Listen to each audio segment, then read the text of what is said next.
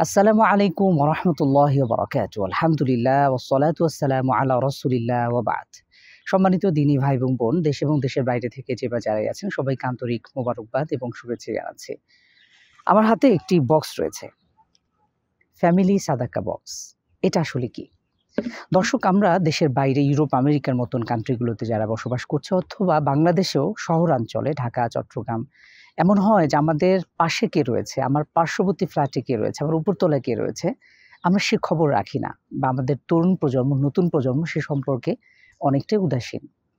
এই যখন অবস্থা, তখন ইসলামের অন্যতম একটি বিধান, অন্যতম একটি গুরুত্বপূর্ণ আমল হচ্ছে সাদাকা। আমাদের তরুণ প্রজন্ম সাদাকাকে ভুলতে বসেছে। বিশেষ করে ইউরোপ, আমেরিকার মতন যারা আধুনিক দেশগুলোতে বসবাস করছি, আমরা আমাদের হাতের নাগালেই চাইলেই গরিব, দুঃখী বা অসহায় দুস্থ মানুষ আমরা পাই না। যার কারণে এই সাদাকার কনসেপ্টটাই যেন আমাদের মাঝ থেকে দূর হতে চলেছে। দর্শক, আমরা সাদাকা কেন করব? রাসূল করিম সাল্লাল্লাহু আলাইহি ওয়াসাল্লাম সবচেয়ে বড় দানশীল ব্যক্তি ছিল। সুবহানাল্লাহ। কানা রাসূলুল্লাহ সাল্লাল্লাহু আলাইহি ওয়াসাল্লাম আজওয়াদান নাস বিল খায়র।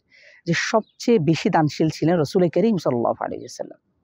এবং তার অনুসরণ করতে গিয়ে সাহাবায়ে কেরাম রাদিয়াল্লাহু আনহুম আজমাইন তারাও তাদের নিজের সর্বোচ্চটুকু দিয়ে জান এবং মাল আল্লাহর পথে তারা কোরবানি করেছে। দর্শক, সাদাকা তুতফি গদাবার রাব্বি।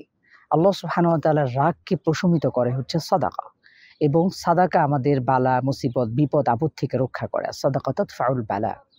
এমনিভাবে রাসূল করিম সাল্লাল্লাহু আলাইহি ওয়াসাল্লাম একবার একটি কাফেলার পাশ দিয়ে যাচ্ছিল। মহিলারা পাশে ছিল। আল্লাহ রাসূল সাল্লাল্লাহু আলাইহি ওয়াসাল্লাম তাদেরকে ডেকে বললেন, ইয়া মা'শারান নিসা তাসাদ্দাকনা। হে মেয়েদের কাফেলা, হে মেয়েদের দল, তোমরা বেশি বেশি সাদাকা করো। ফাইন্নী উরিতুকুন্না আকসারা আহলিন নার। কেননা আমি অধিকাংশ জাহান্নামীদের মধ্যে তোমাদেরকে দেখেছি।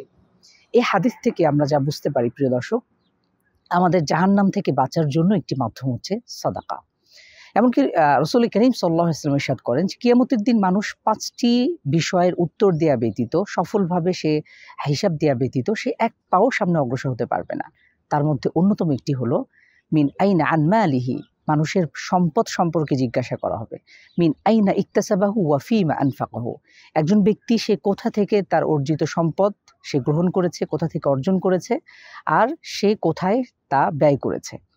তাই আসুন দর্শক, আমরা আমাদের সাধ্য মতন আল্লাহ সুবহানাহু ওয়া তাআলা আমাদেরকে যে সামর্থ্য দিয়েছে এর মধ্যে আমরা এই সাদাকা করার চেষ্টা করব।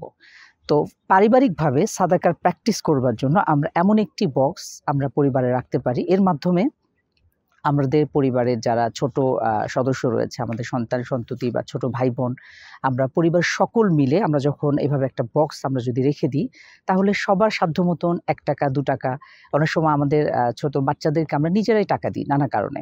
তো সেখান থেকে যদি আমরা উদ্বুদ্ধ করি যে ৳১ হলেও, ৳১ হলেও বা একটি ৳১ হলে, $১ হলে, £১ হলে বা এইভাবে নিজেদের সাধ্য মতন তা যত অল্পই হোক না কেন আমরা যদি রেখে দিই এবং এভাবে তাদেরকে উদ্বুদ্ধ করি, তাদের মধ্যে সাদাকার প্র্যাকটিস বা তাদের মধ্যে সাদাকার চর্চা ইনশাআল্লাহ অব্যাহত থাকবে এবং ইসলামের এই গুরুত্বপূর্ণ বিধান সম্পর্কে তারা ইনশাআল্লাহ জানতে পারবে, বুঝতে পারবে।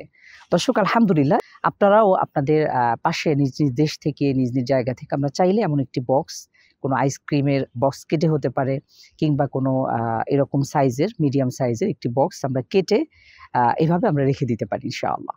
আল্লাহ সুবহানাহু ওয়া তাআলা আমাদের সবাইকে তৌফিক দান করুন, সাদাকার গুরুত্ব অনুধাবনের তৌফিক দান করুন। আসসালামু আলাইকুম ওয়া রাহমাতুল্লাহি ওয়া বারাকাতুহু।